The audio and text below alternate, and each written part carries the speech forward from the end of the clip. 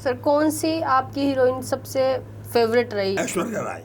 ऐश्वर्या राय। बहुत लाइक करता हूँ, मैंने काम भी किया है, लेकिन मुझे बहुत लाइक है वो, और बहुत डिजर्विंग है, बहुत अच्छी है, बहुत डिसिप्लिन है। मैंने काम भी उनके साथ किया है। I like Aishwarya ji. Okay. हाँ, वेरी गुड। हेलो दोस्तों, जय माता दी। मैं नीलम आज फिर एक नए पॉडकास्ट के साथ आपके सामने आई और मैं लाई हूँ श्री रमेश गोयल जी को, जो बॉलीवुड में बहुत ही बड़े एक्टर हैं और जिन्होंने बहुत सारी 90s में और अब 20 में फिल्में दी हैं। आज OTT प्लेटफॉर्म पर काम भी करते हैं। तो सर स्वागत है आपका हमारे पॉडकास्ट में। Thank you very much, thank you. Sir जैसे आपकी जर्नी कैसे शुरू हुई, आपको कैसे लगा कि मुझे बॉलीवुड में जाना चाहिए? एक्चुअल में मैं रहने वाला आगरा फतेहपुर सीकरी का हूँ, यूपी। तो वहाँ बारात वगैरह जो चलती थे ना शादी ब्याह में, तो मैं उसमें डांस करता था। तो मुझे ऐसा लगा कि डांस जो है यही एक्टिंग है, तो मुंबई जाके करेंगे तो वहाँ पर पर्दे पर आएंगे तो लोग पहचानेंगे। उस गलतफहमी में जो है मुंबई आ गया। अच्छा। लेकिन जब मैं वहाँ पर गया, वो डांसर होते हैं डांस करने के लिए, तो एक्टर के लिए एक्टर होते हैं, तो आपको एक्टिंग करनी पड़ेगी। तो एक्टिंग फिर वहाँ पर मैंने ड्रामा ज्वाइन किया, ड्रामा फिर करते रहे, थोड़ी बहुत प्रैक्टिस चलती रही और काम मिलना शुरू हो गया, फिर हम एक्टर बन गए। सर जैसे आपके पिता तो बिजनेसमैन थे जी, तो कभी परिवार की तरफ से दबाव नहीं आया? 100% दबाव था, 100% दबाव था। और वो बिल्कुल नहीं चाहते थे कि भाई हम व्यापारी लोग हैं, हमारे यहाँ तो व्यापार होता है, ये एक्टिंग वैक्टिंग को हम नहीं समझते, मत जाओ वहाँ पर। बहुत रोना धोना हुआ, लेकिन मैं माना नहीं, क्योंकि मुझे शौक था एक्टिंग करने का। अपने शौक भी सर हर कोई पूरे नहीं कर पाता, क्योंकि इस शौक मामले के में लगी लिए हूँ मैं। क्योंकि शौक के लिए Yes. कुछ तो छोड़ना पड़ता है। मुझे जो मैं चाह रहा था वो मुझे मिल गया, काफ़ी फिल्में की हैं मैंने। हाँ सर जैसे आप, मैंने सुना है राजनीति में भी गए, हाँ, थोड़ा सा। तो फिर सर पैर नहीं जमा या खुद से छोड़ दी? नहीं, वहाँ बेईमानी ज़्यादा करनी पड़ रही थी, झूठ बोलना पड़ रहा था, बहुत मक्कारी थी वहाँ पर। तो मैंने कि ये मुझे टेम्परामेंट है नहीं मेरा इस तरह का, मैं स्ट्रेट फॉरवर्ड आदमी हूँ। तो यहाँ पर तो कुछ बोलना है, अंदर कुछ है, बाहर कुछ है, बोल कुछ रहे हैं, तो वो मैंने कि ये इस तरह का मैं मैनिपुलेट कर नहीं पाऊँगा, तो उसमें ज़्यादा मेरा मुश्किल है आगे बढ़ना। फिर मैंने कि एक्टिंग ही ठीक है, अपने हिसाब से मुंबई चलना चाहिए, और वहीं पर जो है जो भी हो सकता है ऊपर वाला चाहेगा वो हो जाएगा। तो हमारा धीरे धीरे हमको वहाँ बहुत स्ट्रगल करना पड़ा। प्लेटफॉर्म पर सोए, रहने की जगह नहीं थी, खाने की कोई इंतजाम नहीं था, कोई जान पहचान नहीं थी। करते करते करते करते फिर काम मिलना शुरू हो गया। फिर पेइंग गेस्ट में रहे, झोंपड़ों में रहे, भूखे प्यासे करते करते धीरे धीरे काम मिलना शुरू हो गया। फिर यात्रा शुरू यहाँ हो गई। तक आ गई है, अच्छा, जो आपके साथ में हम पॉडकास्ट कर रहे हो। ये मेरे लिए बहुत गुड लक है मेरे लिए कि आप जैसी पर्सनालिटी मेरा पॉडकास्ट कर रही हैं। नहीं सर, बहुत बड़ी बात है सर नहीं, हम तो आप लोगों से मिलने के लिए तरसते थे। एक वक्त था जब धर्मेंद्र के साथ आप मूवी में आए। हाँ, धर्मेंद्र जी के साथ मैंने बहुत काम किया, धर्मेंद्र जी के साथ तो बहुत। धर्मेंद्र जी, गोविंदा जी, अमिताभ बच्चन, ये लोग कुछ ऐसे थे, आमिर खान, इन सब लोगों के साथ बहुत काम किया मैं। सर जैसे आप जब मूवी करते थे धर्मेंद्र के साथ और मैं देखती थी आमिर खान सर के साथ, तो धर्मेंद्र सर मेरा क्रश रहे। मैं सोचती थी बड़ी हो जाऊंगी तो इनके साथ शादी करूंगी। तो हर किसी का क्रश था सर, हर कोई विलन में और उसमें पिता के रोल में देख ही रहे थे आप लोगों को। मैं नीलम जी, आप एक बात बताऊं, धर्मेंद्र जी मेरे हिसाब से वो सुपरस्टार थे जिन्होंने पब्लिक का दिल जीता। और आज भी वो दिलों में है। हाँ, आज भी दिल चले गए, वो स्वर्गवासी हो गए, लेकिन दिलों में अभी भी हैं वो। बहुत से एक्टर क्या है, बहुत बड़े एक्टर हैं, पर पब्लिक उनको लाइक नहीं करती, वो केवल पर्दे पर ही लाइक करती है। धर्म जी एक ऐसे एक्टर थे, ऐसे स्टार थे, सुपरस्टार थे, जिनको पर्दे पर तो लाइक किया ही जाता था, लेकिन जब वो पर्सनल लेवल पर लोगों से मिलते तो लोग बहुत प्यार करते थे। रोए जिस दिन उनकी डेथ हुई, पूरा मुंबई, पता नहीं हिंदुस्तान में कहाँ का रोना धोना हुआ होगा। हम सब लोग रोए हैं, मैंने तो उनके लिए बहुत वीडियो बनाए हुए हैं। हाँ सर, जब आप बॉलीवुड में आए तो फर्स्ट ऑडिशन आपका कौन सी मूवी का था? नहीं, हम जब आए थे ऑडिशन नहीं होते थे। हाँ, ले लिया जाता था सीधा। हाँ, बस ऐसे ही, ऐसी जिनको, यानी मेरी समझो, जब मेरी फर्स्ट फिल्म थी आंधी, सुचित्रा सेन, संजीव कुमार, 1973 में शायद, उस वक्त ही ये मैंने काम किया था। तो हमको 26 रुपीज मिलते थे एक दिन के। अच्छा। शूटिंग के क्राउड में। भारत माता की जय जय हो। हीरो बोलता था भारत माता की, हम बोलते थे जय हो। उसके पैसे मिलते थे। वहाँ से स्टार्ट हुई मेरी ज़िंदगी। तो अभी यहाँ आकर जो है बहुत अच्छा महसूस करता हूँ कि चलिए जो भी हमने स्ट्रगल किया, भूखे प्यासे, घर वालों को सताया, घर वाले रोते थे हमारा लड़का कहाँ चला गया है, क्या कर रहा है मुंबई, पता नहीं क्या क्या हो रहा हो उसके साथ में, ये उस सब कवर अप हो गया। सर जैसे पेरेंट्स बिजनेसमैन होते हैं तो हमें कंफर्ट जोन मिलता है, हाँ, तो वो कंफर्ट जोन से आप निकल कर गए तो आपको लगा नहीं कि वापस घर चला जाता हूँ? बहुत बार, कई बार रोए नहीं सर? क्या हाँ, करूं? कई बार रोए और कई बार सरेंडर कर गए, वो नहीं यार चलते हैं। ये फिर कोई काम मिल जाता था, बोला अच्छा अभी शायद गुंजाइश है, अभी करना चाहिए। जा ही नहीं पाए, कई बार मूड बना छोड़ने का फिल्म इंडस्ट्री, नहीं छोड़ पाए क्यों, भाग्य में था एक्टर बनना। अभी हमको मुंबई में एज सेलिब्रिटी बुलाया जाता है, शूटिंग के लिए बड़ी फैसिलिटी मिलती है, हवाई जहाज से जा रहे हैं। पहले तो कोई आदमी बात नहीं करने को तैयार नहीं था, तो अभी मुंबई के हिसाब से अच्छा है, आई फील बेटर, अच्छा है, कोई प्रॉब्लम नहीं है, कोई शिकायत नहीं ऊपर वाले से, क्यों मैं 100% पॉजिटिव आदमी हूँ। कि मेरा सोचना ये है जो प्राप्त है वही पर्याप्त है। सही कहा सर आपने, जो है हमारे पास में उसी में खुश रहना उसी चाहिए। में हमको ऊपर वाले ने कैपेसिटी से ज़्यादा दिया है, जो क्षमता है उससे ज़्यादा दिया है, तो पर दुखी होने का क्या रीज़न है। तो मैं सोचता हूँ I am the happiest man on the earth, और कोई शौक नहीं है। जब आदमी शौक करने लगता है पैसा होने के बाद में, जब ज्यादा दिक्कत हाँ होती बहुत दिक्कत हो जाती है। है। जैसे पहले बॉलीवुड में एंट्री लेना आसान रहा, आप कहते हैं कि उस टाइम ऑडिशन नहीं होते थे, और आज के समय में चैलेंजिंग है, तो सर आपको क्या कितना डिफरेंस लगा? बहुत डिफरेंस, बहुत डिफरेंस, समय बहुत बदल गया है। एंट्री जो होती है एक्टर की वो बहुत ही अलग है। हम उस ज़माने में खुशामद करके कुछ, जिसको एक बोलते हैं ना चमचागिरी, वो करके कभी कभी काम मिल जाता था, लेकिन नहीं, अब वैसा ज़माना नहीं है। अभी तो ऑडिशन देना पड़ेगा, जूरी बैठती है, देखती है वो पर्दे पर किसने अच्छा काम किया है, उसको ही लेते हैं वो। अच्छा। क्योंकि हर चैनल पर कंपटीशन है कि मेरी चैनल हिट हो जाए, मेरी फिल्म हिट हो जाए, मेरा डायरेक्टर हिट हो जाए, मेरा प्रोड्यूसर हिट हो जाए। तो उस कंपटीशन में छोटे मोटे चैनल भी और बड़े चैनल तो करते ही है ऑडिशन, सब लोग ऑडिशन करते हैं, और ऑडिशन में पास होना अपने आप में बहुत बड़ी बात है, क्योंकि वहाँ सिफारिश नहीं चलती है, no recommendation and not at any cost. अगर अमिताभ बच्चन भी बोलेंगे इसे ले लो तब भी नहीं लेगा, बोले सर हम ऑडिशन जरूर लेंगे, हाँ बोले ऑडिशन लो, अमित जी भी यही बोलेंगे। पहले हीरो के कहने से हमको काम मिल जाता था, हाँ जी, कि भाई हीरो बोल रहा है तो चल ले लेते थे।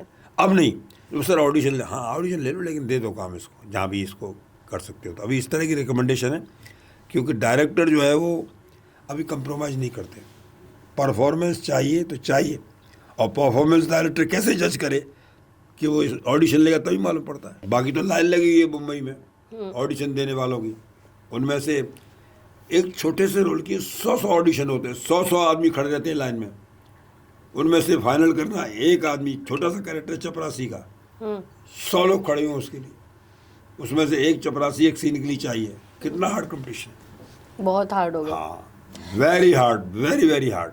सर ओटीटी प्लेटफॉर्म से जिंदगी बदली? नहीं, कोई फर्क नहीं पड़ा, काम बल्कि कंपटीशन ज्यादा ज़्यादा हो गया और काम बढ़ गया है। मतलब काम बढ़ गया, ओटीटी की चैनल स्टार्ट होगी तो उसमें भी काम मिलता है, किसी को सीरियल में काम मिलता है, किसी को फिल्म में काम मिलता है, किसी शॉर्ट स्टोरी में काम मिलता है।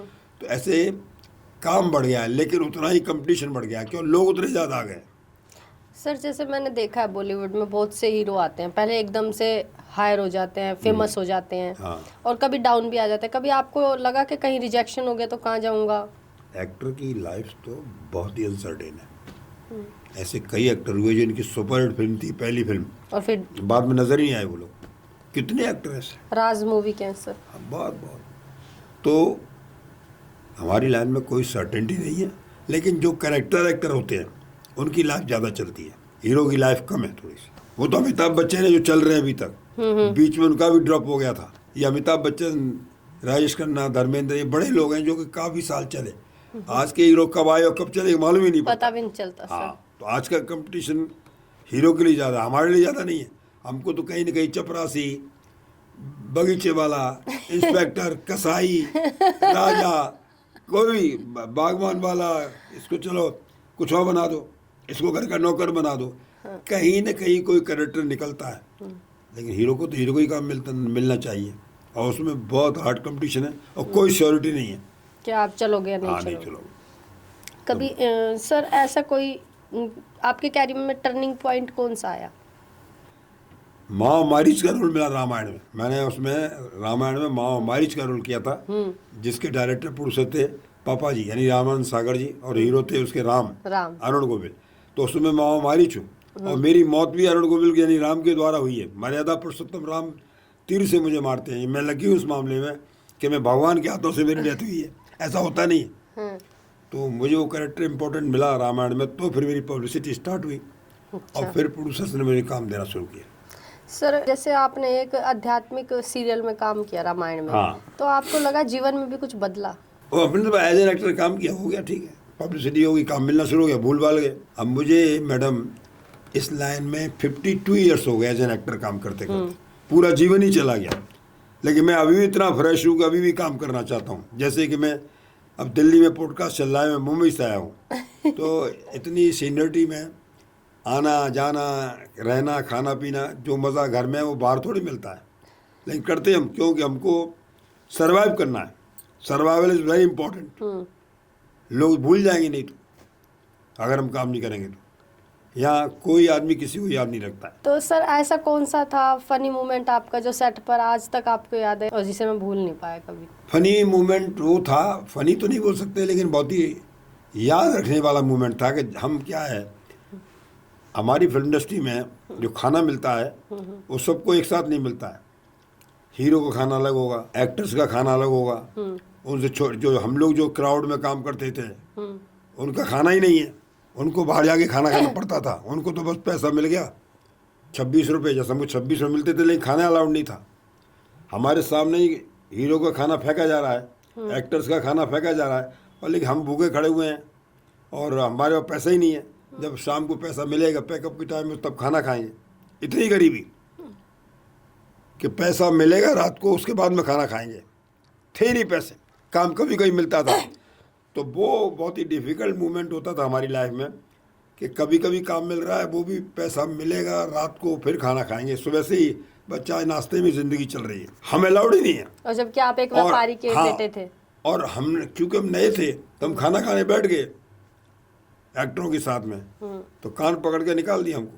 तो उस दिन हम बहुत रोए जब खाना नहीं मिला। ना, खाना नहीं, खाना की थाली खाली रखी है सामने, और प्रोडक्शन का आदमी आया, उसने कान पकड़ा और गालियाँ दी, तो बाहर निकलो, किसने बोला तुमको खाना खाने के लिए, यू आर नॉट अलाउड।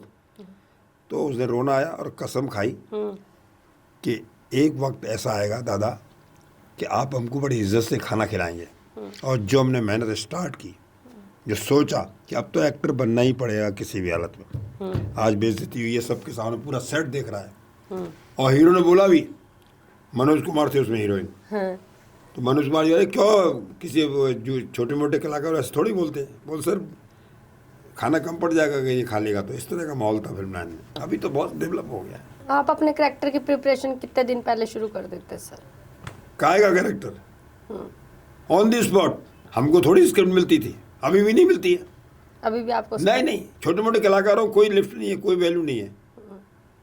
गए सेट पर, बोलिए गोयल साहब आपका रोल फलाना रोल है और ये रोल है, ये लाइन याद कर लो, इसके साथ है, इसके साथ है, चलो भाई आ जाओ, सब लोग रिहर्सल करते हैं। बैठे रिहर्सल किया, काम स्टार्ट हो गया, शूटिंग स्टार्ट। हमको स्क्रिप्ट कभी कभी हीरो को भी नहीं मिलती है, उनको पैसा मिलता है, बोले कितना पैसा मिलेगा, इतना, बोल ठीक है हम कर लेंगे। लेकिन जो बड़े स्टार्स हैं जैसे कि नाना पाटेकर, बोलो पैसे की बात बाद में, पहले ये बताओ सब्जेक्ट क्या है, रोल क्या है, और मैं पहले स्क्रिप्ट पढ़ूंगा तब मैं साइन करूंगा। आमिर खान, ये वो लोग हैं बगैर स्क्रिप्ट देखे, बगैर अपने सीन को देखे, बगैर रोल का क्या डेप्थ है, ये बात ही नहीं करते। जो पहले मुझे स्क्रिप्ट भेजो, मैं पढ़ूंगा, सोचूंगा इसमें मेरा क्या इम्पोर्टेंस है, मेरी इमेज ख़राब तो नहीं हो जाएगी। फिर वो मीटिंग चलती हैं, फिर बोलते ठीक है मुझे सब्जेक्ट पसंद है, तब फिर पैसे की बात शुरू होती है।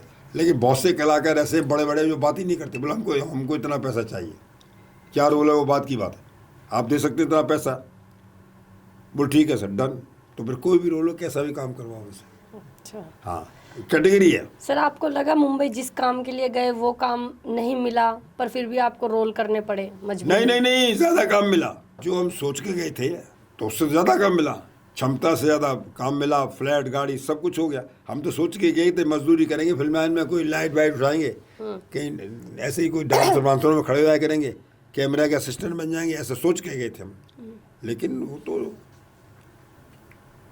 पता नहीं ऊपर वाले की कैसे मेहरबानी होगी कि हमको काम मिलना शुरू हो गया। हम पर तो कपड़े पहनना भी नहीं आता था, इतने अनबे की थे हम। यस, फिर वही सब सीखा, ऐसे कपड़े पहनते हैं, ऐसे बात करते हैं, ऐसे काम मांगते हैं। पहले सिस्टम था फोटो दिखाने का, स्टिल्स। तो अरे क्या यार दिखा रहे हो स्टिल्स, हम मालूम है तुम एक्टिंग कर लो, चलो ठीक खड़े हो जाओ, भाला पकड़ाया, चाकू पकड़ा, वो चाकू मारना है इसमें। इस तरह के रोल थे, एक एक शॉट, एक एक डायलॉग, यस बॉस, ऐसे डायलॉग कर लेते थे, पैसा मिल जाता था। हम फैमिली वाले आदमी थे तो खर्चा निकल जाता था। बाकी वो सिचुएशन कभी नहीं आई लाइफ में, आज तक नहीं आई कि काम नहीं मान। हाँ, काम तो अभी भी काम मिल रहा है। अभी शूटिंग हमने की थी, अभी बदायूं में शूटिंग की थी, यूपी में। हाँ, तो कोई प्रॉब्लम नहीं है, काम तो काम उस एक्टर को नहीं मिलता है जो एटीट्यूड रखता है, जो ईगोइस्टिक है, बोले मुझे वैनिटी वैन चाहिए, मेरा बॉय आएगा, मेरा मेकअप मैन आएगा, ये खर्चा उसका है, मेरे को ये डेट्स में ये चाहिए, ये एडजस्ट करना पड़ेगा, मुझे दूसरी शूटिंग पे भी जाना है। तो ऐसे जो लोग हैं उनका काम कम हो जाता है। प्रोड्यूसर डायरेक्टर बहुत नाराज़ हो जाते हैं कि भाई जब हम आपको पर डे दे रहे हैं या आपको एग्रीमेंट के हिसाब से कॉन्ट्रैक्ट बनाया, पैसा दे रहे हैं, इंस्टॉलमेंट दे रहे हैं, तो आप इतने नखरे क्यों कर रहे हो। तो वो क्या है, हर प्रोड्यूसर की एसोसिएशन है, एम्पा है, फेडरेशन है।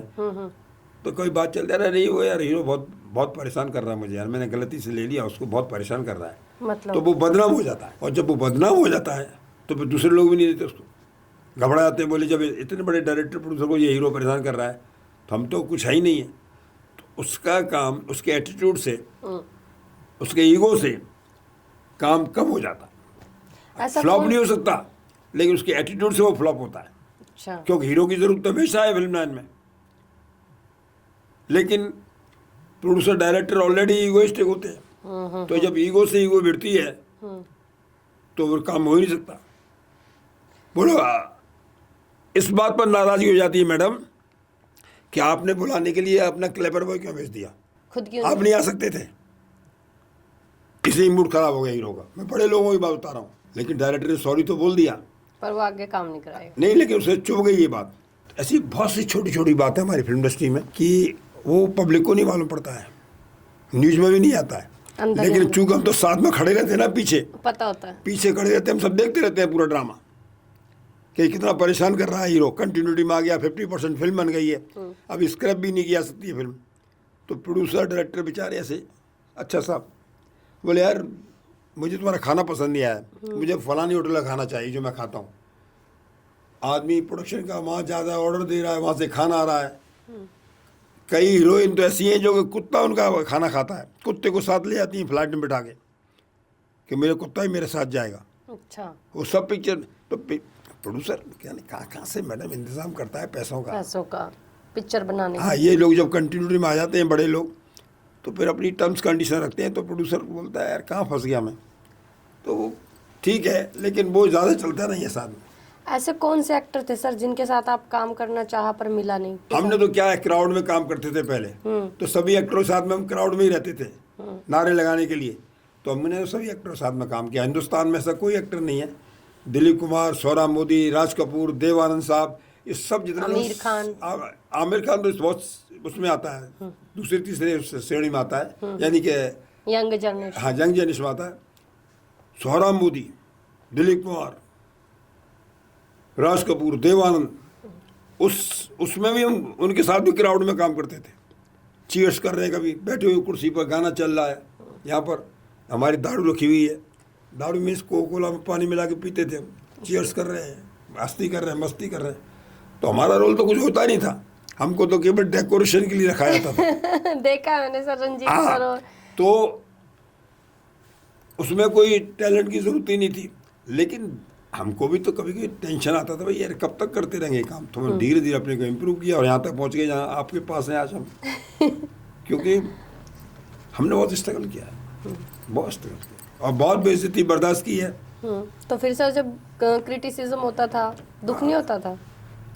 रात को रोते थे, बोले यार मुश्किल है इस लाइन में। इधर बच्चे बोल रहे हैं पापा हमारे पास कपड़े नहीं है, कि वाइफ बोल रही है दूध के लिए पैसे नहीं है, सेट पे जाओ तो प्रोडक्शन मैनेजर बोलता है, बोल गोयल साहब सैलरी बाद में पैसे मिलेंगे। यार पैसे नहीं है।